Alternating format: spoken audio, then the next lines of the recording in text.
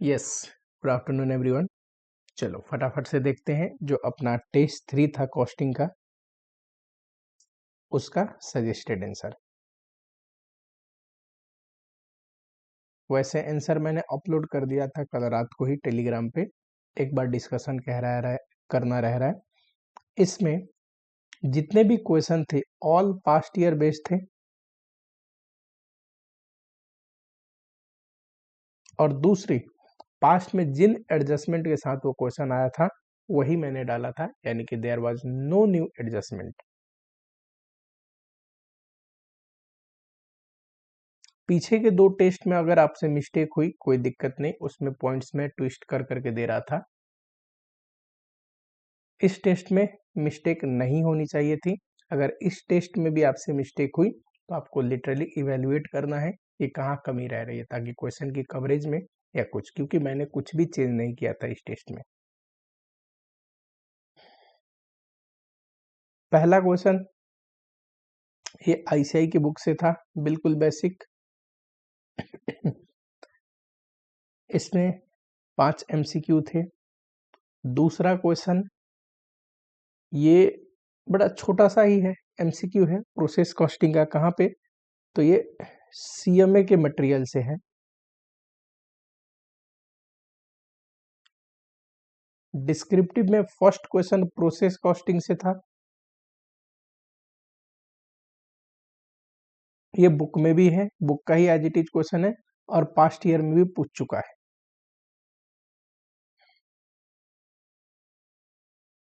ठीक है। सेकंड, ये ऑलरेडी बुक का क्वेश्चन था, पास्ट ईयर में पूछा था, बिल्कुल सेम फिगर, बस डिफरेंट थे अमाउंट के, तो अमाउंट मैंने चेंज कर रखा है। ठीक है।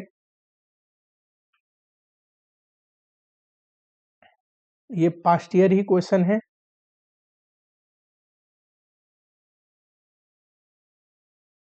ठीक, इक्विवेलेंट यूनिट पे। एंड इसका सिमिलर क्वेश्चन आपके बुक में भी है। वहां पे स्टूडेंट का बस फेयर चार्ज करना है, और यहाँ एम्प्लॉय का है, बस इतना ही फर्क है, बिल्कुल बेसिक स्ट्रक्चर में। इस क्वेश्चन की वैरायटी बुक में भी है, और पास्ट ईयर का एज इट इज क्वेश्चन मैंने डाला था ये। नेक्स्ट क्वेश्चन, ये भी बुक में क्वेश्चन आपको दिख जाएगा, किसी भी टीचर के बुक से पढ़ोगे दिख जाएगा। ठीक, बिल्कुल इसका सिमिलर, पास्ट में एक बार नहीं बार बार बहुत बार आ चुका है। चलो सबसे पहले देखते हैं, इनकम्प्लीट अकाउंट दिया है, क्वेश्चन कहां से? Cost accounting system. Store laser का अब देखना, for the month of October, तो 31 अक्टूबर अगर क्लोजिंग डेट है तो 1 अक्टूबर ओपनिंग डेट होगा। स्टोर लेजर का, डब्ल्यूआईपी का, फिनिश गुड्स का 1 अक्टूबर का बैलेंस दिया है, यानी कि ये तीनों ओपनिंग बैलेंस है।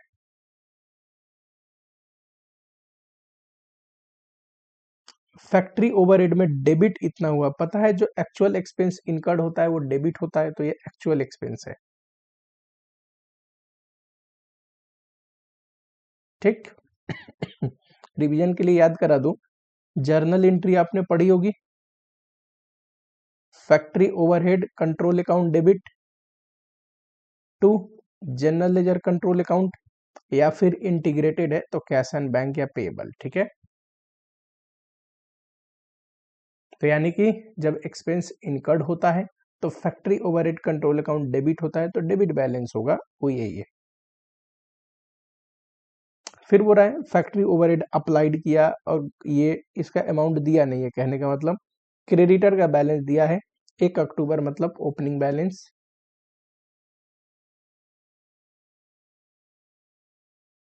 फैक्ट्री ओवरहेड किस रेट से अप्लाई करते हैं?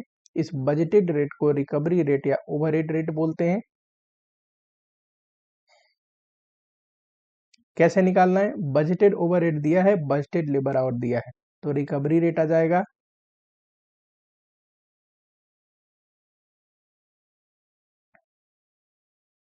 ठीक। उसके बाद देखना क्रेडिटर का बैलेंस, ये क्लोजिंग बैलेंस भी दे रखा है और परचेज भी दिया, पेमेंट भी दिया है, पेमेंट, यानी कि क्रेडिटर का लेजर बनाओ तो ओपनिंग क्लोजिंग पेमेंट भी दिया है तो परचेज निकल जाएगा। पूछा क्या है, value of raw material purchase. Finish goods inventory 31 अक्टूबर, यानी कि एक क्लोजिंग इन्वेंट्री दिया है फिनिश गुड्स का। कॉस्ट ऑफ गुड्स सोल्ड दे रखा है, फिनिश गुड्स से goods cost of goods sold में कितना ट्रांसफर हुए हैं ये दे रखा है आपको, यानी कि प्रोडक्शन में ओपनिंग क्लोजिंग एडजस्ट करके जो कॉस्ट ऑफ गुड्स सोल्ड आता है वो ये है। There was only one unfinish job in the factory, इसी को WIP बोलते हैं, अनफिनिश जॉब को, which is not 100% completed. Semi completion stage में जो है कॉस्ट कितना है, तो लेबर का ये रहा, मटेरियल का ये रहा।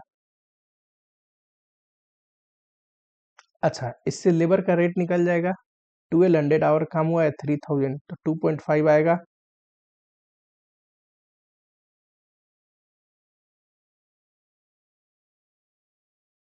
ठीक, अब बताओ overhead 1200 hours into recovery rate क्या है, ओवरहेड कैसे चार्ज होता है, तो ये रहा 1.5 पर लेबर आवर,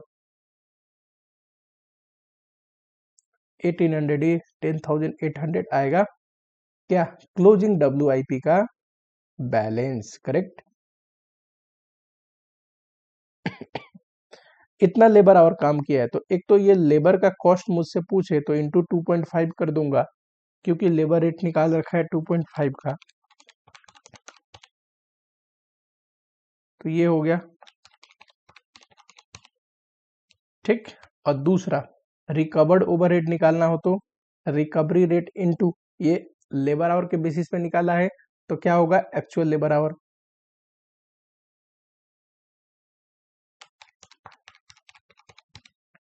ये रहा, इतना आपने कर लिया, क्वेश्चन सोल्व हो गया। देखो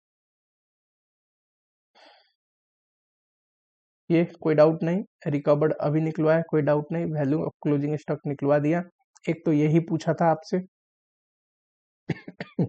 लेबर कॉस्ट हमने निकाल दिया, अभी मैंने समझाया, रेट निकाला, इनटू कर दिया टोटल लेबर आवर से।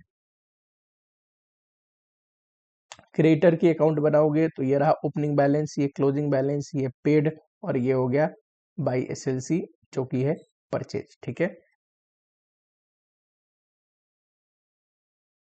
ऑब्वियसली हम ओपनिंग क्लोजिंग बैलेंस डाल रहे हैं, ऑब्वियसली क्रेडिटर का अकाउंट बना रहे हैं, तो इसलिए मैंने यहाँ GLC यूज ना करके इंटीग्रेटेड मान के बैंक अकाउंट लिखा है। ठीक है, ऐसे भी ये वर्किंग है।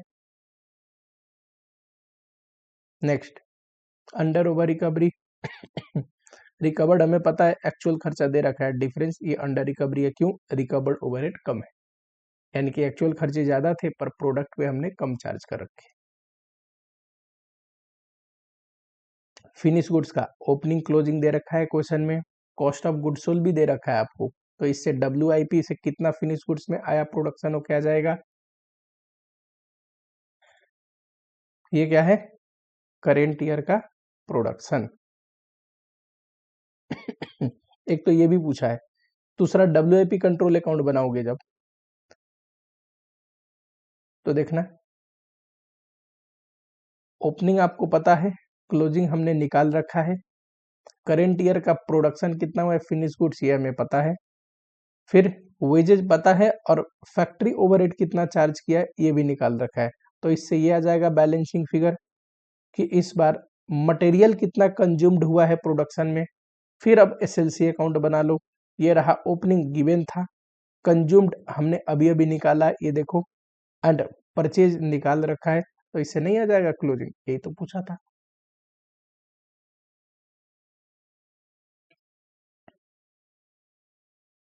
चलो देखना, ये बहुत आसान था पर ट्रिकी था। लिखा है इतना, ओपनिंग इन्वेंट्री कोई नहीं है, प्रोसेस बी की बात हो रही है, एंड इतना इंट्रोड्यूस हुआ, बन के कितना कंप्लीट होके चला गया 11,715, तो WIP कितना बचा होगा बताओ, इतना ये है, इतना ये है, इनका डिफरेंस 70-50 यूनिट। रॉ मटेरियल लगा है 4.5 के रेट से, एक एडिशनल मटेरियल लगा है 1.25 एंड लेबर ओवरहेड कितना लगता है, तो जो यूनिट कंप्लीट है उसके लिए इतना और जो इनकम्प्लीट यूनिट है उसके लिए इतना। तो ऑब्वियसली कॉस्ट पर यूनिट अगर WIP का पूछा जाए, कॉस्ट पर यूनिट, सर 4.5 का मटेरियल 1.25 का मटेरियल, तो ये तो मटेरियल हो गया। लेबर एंड ओवरहेड तो इनकम्प्लीटेड यूनिट के लिए इतना बोला है। चलो कर लोगे। फिर इसमें कुछ यूनिक नहीं था, इसमें बस यही कंसेप्ट था कि जब किसी भी प्रोसेस में, जैसे प्रोसेस 3 का है, तो इसमें एक इनपुट आ रहा है प्रोसेस 2 से और बनने के बाद फिनिश गुड्स प्रोसेस 4 में जा रहा है, करेक्ट। एक तो मटेरियल ये है जो मेन मटेरियल होता है, डायरेक्ट मटेरियल। कई बार प्रोसेस में एक और डायरेक्ट मटेरियल ऐड होता है, जैसे यहाँ पे लिखा है direct material added in process 3, तो ये हो गया मटेरियल 1, ये हो गया मटेरियल 2, ठीक। इनडायरेक्ट मटेरियल कंज्यूमेबल सप्लाईज की बात नहीं कर रहा हूं, जब मेन मटेरियल एक और ऐड हो रहा हो, डायरेक्ट मटेरियल।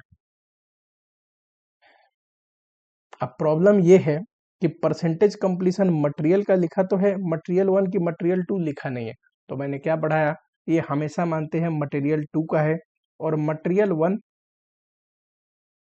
का 100% परसेंटेज कंप्लीशन। दूसरा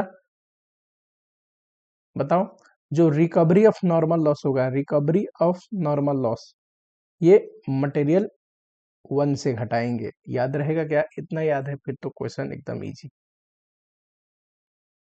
देखो फटाफट, ये दे रखा है, दे रखा है, दे रखा है, दे रखा है, दे रखा है, कोई दिक्कत? नॉर्मल लॉस देखेंगे जरा, 5% प्रोडक्शन का है, ये बताओ 2000 यूनिट ऑलरेडी था, 5000 2000 ऑलरेडी था, 53,000 आया, तो ये हो गया। अंत में क्लोजिंग स्टॉक कितना बचा है? 5000, तो ये घटा दो तो प्रोडक्शन कितना हुआ होगा? 50,000, इसका 5% 2500। रिकवरी का अमाउंट क्या है? ये रहा। स्क्रैप कितने में बिकता है? कहीं पे दे रखा है 3 रुपीज, तो यानी कि 7500 घटा दिया। अब इनकी हमें वैल्यूएशन करनी है, उसके लिए बनाओ जरा इक्विवेलेंट यूनिट। बताना इंपॉर्टेंट बात जरा, जब भी फीफो मेथड हो, कंप्लीटेड यूनिट के दो हिस्सों में बांटते हैं, ओपनिंग और balance percentage, balance current year production.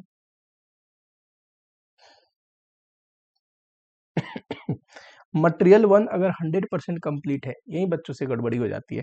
Opening stock में मानेंगे 100% लगा है, तो इस बार कुछ नहीं लगेगा, करेक्ट। लेबर एंड ओवरहेड ये तो दे रखा है ना, कहा गया क्वेश्चन? ये रहा। मटेरियल 2 का देखो 80%, तो इस बार 20% लगेगा। लेबर ओवरहेड को मैंने एक ही साथ कर दिया है, 60% लग गया है, तो इस बार 40% लगेगा, ठीक। तो ये रहा करेंट ईयर प्रोडक्शन, ये तो इसी बार बने है, तो परसेंटेज कंप्लीशन 100% होता है। नॉर्मल लॉस के लिए 0, क्लोजिंग स्टॉक के लिए दे रखा है देखना 70% और लेबर ओवरहेड 50%, तो ये रहा 70%, लेबर ओवरहेड 50%। अब मटेरियल 1 मैंने तो बोला ही था 100% परसेंटेज कंप्लीशन मानेंगे। अब नॉर्मल गेन, ये तो सबके केस में 100% होता है, निकालोगे ये आ गया equivalent unit. Cost per unit मैंने क्या बोला था, रिकवरी किससे घटाएंगे? मटेरियल 1 के कॉस्ट पर यूनिट निकालते टाइम हम मानते हैं it is the recovery of main material that is transfer from previous process. फिर ये रहा वैल्यूएशन, क्लोजिंग WIP का, फिनिश गुड्स का।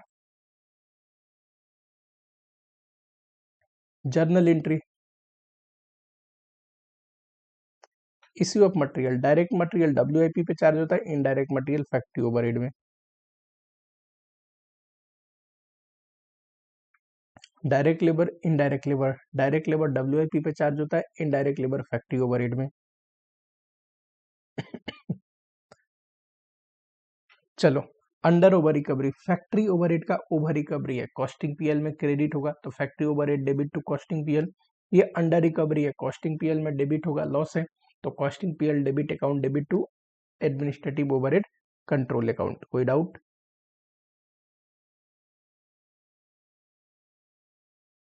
क्वेश्चन नंबर 2 देखो,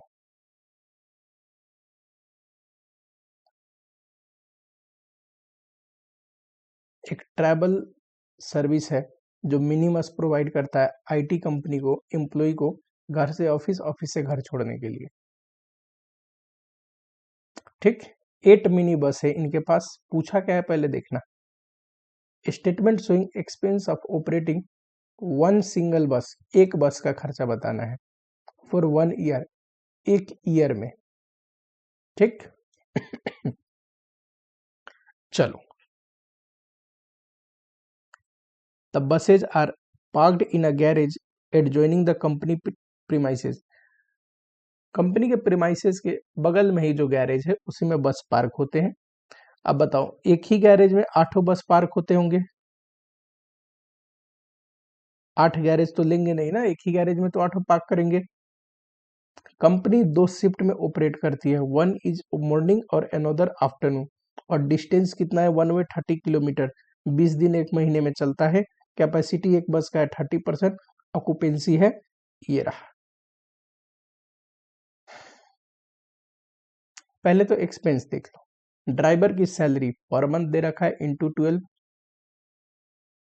लेडी अटेंडेंट हमें एक बस का निकालना है, एक बस के लिए एक चाहिए, इंटू 12 पर मंथ सैलरी है। तो क्लीनर सैलरी पर मंथ है, इंटू 12 तो एक साल का आ गया। लेकिन 2 बस में एक ही क्लीनर 2 बस का काम करता है। ठीक, 1/2। पेट्रोल या डीजल का खर्चा, ये किलोमीटर के बेसिस पे देखते हैं, 2 मिनट, किलोमीटर अभी निकाल लेंगे। इंश्योरेंस 2% ऑफ परचेज प्राइस, ये रहा परचेज प्राइस, और इंश्योरेंस पर एनम ही है तो 30,000 हो जाएगा। लाइसेंस दिस मच पर बस, इंटू 12 करेंगे तो पर एनम हो जाएगा। गैरेज रेंट इतना है पर मंथ, इंटू 12 तो एक साल का हो जाएगा। 8 बस पार्क हो रहा है, एक बस के खर्चे के लिए 1/8। ये भी 2 मिनट रहने दो, रिपेयर मेंटेनेंस, क्योंकि ये किलोमीटर बेसिस पे खर्चा। डेप्सन बताओ, cost less salvage value divide by life. ठीक, इसमें सारे खर्चे फिक्स हैं, लेकिन डीजल वेरिएबल में आएगा और repair and maintenance semi variable and maintenance cost में आएगा। ठीक, तो ऐसे आप पोर्शन करके सारे खर्चे लिख लोगे। किलोमीटर देखो, एक बस का देखो, मॉर्निंग में ये है ऑफिस, ये है होम, करेक्ट।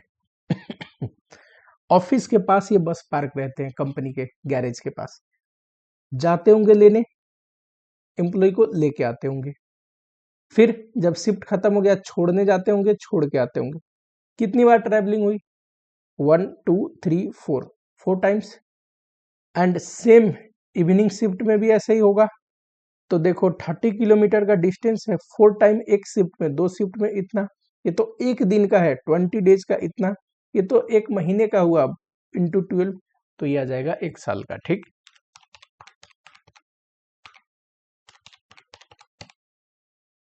$57,600। डीजल बताओ, ये देखो एवरेज देता है गाड़ी 8 किलोमीटर पर लीटर, और ये रहा रेट, डिवाइड बाई 8 तो इतना किलोमीटर, इतना लीटर पेट्रोल चाहिए, इंटू 80। हर एक इतना किलोमीटर चलने पे इतना रिपेयर का खर्चा आता है। तो बड़ा सिंपल है ये, डिवाइड बाई दिस मच, तो इतने बार रिपेयर करानी पड़ेगी, और ये रहा कॉस्ट, तो ये 28,560 आएगा। सारे खर्चे लिख लिए, फटाफट से बताओ। फिर कुछ ऐसा बनेगा एनुअल। दूसरा रिक्वायरमेंट क्या है, average cost per employee per month बोला है, तो सबसे पहले एनुअल कॉस्ट ये है, तो पर मंथ कॉस्ट डिवाइड कर दो, ये आ गया। अब ये तो एक महीने का खर्चा एक बस का, पर एम्प्लॉय खर्चे बांटने,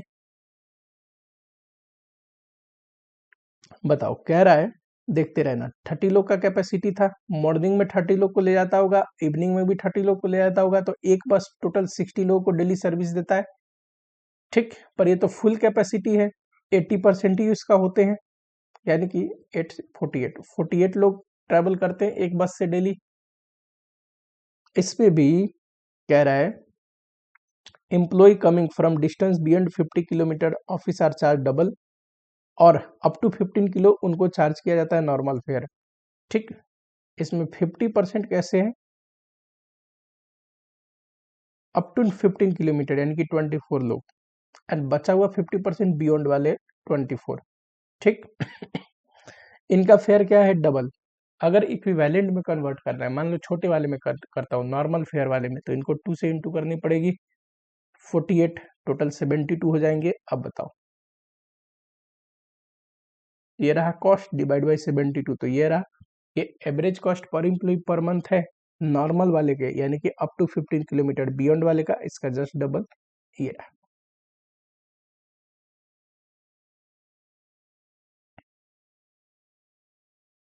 ये देखो, दो प्रोसेस का अकाउंट बनाना है, process A process B. Process A का इनपुट ये रहा, आउटपुट इतना है, नॉर्मल लॉस 5% है, 8000 का 5% 400 होता है, इनटू कर दोगे 200 से तो 800 recovery of normal loss. Direct wages direct expense दिया है, सेलिंग प्राइस दे रखा है, ठीक। ओवरहेड कितना है, 17,400 recovered on the basis of direct wages. अब डायरेक्ट वेजेस के बेसिस पे रिकवर करना है, तो देखना डायरेक्ट वेजेस 36,000, यानी कि सर 17,400 डिवाइड बाई 36,000 कितना आएगा,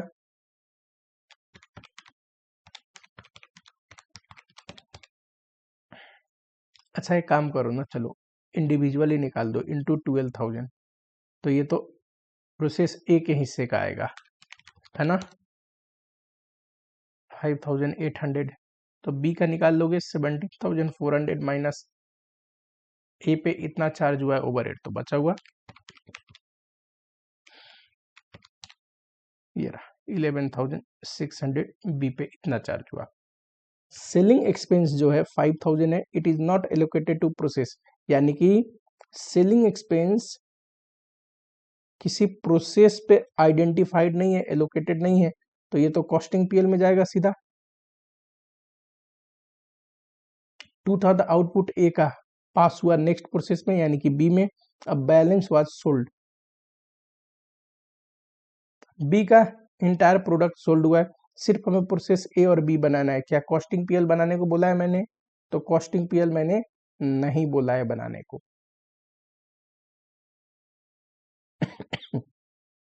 देखो ये रहा प्रोसेस ए, इनपुट ये मैंने निकलवा दिया, ये हमने डिस्कस कर लिया। अब बताओ, अगर 8,000 है, 4,400 क्या नॉर्मल लॉस है, और 8,000 में से बना है 7,500, यानी कि एक्चुअल में 500 लॉस है। नॉर्मल लॉस से जो भी एक्स्ट्रा लॉस होता है वो क्या है, अब नॉर्मल लॉस, करेक्ट।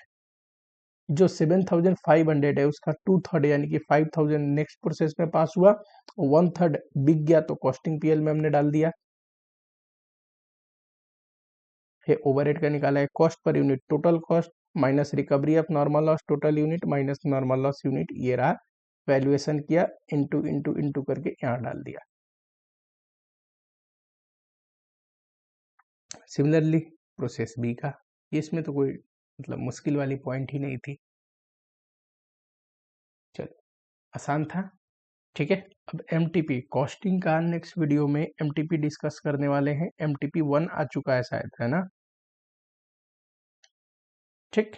अब उसमें आप बताओ सिर्फ एमसीक्यू करवा दूं कि होल एमटीपी डिस्कस करूं,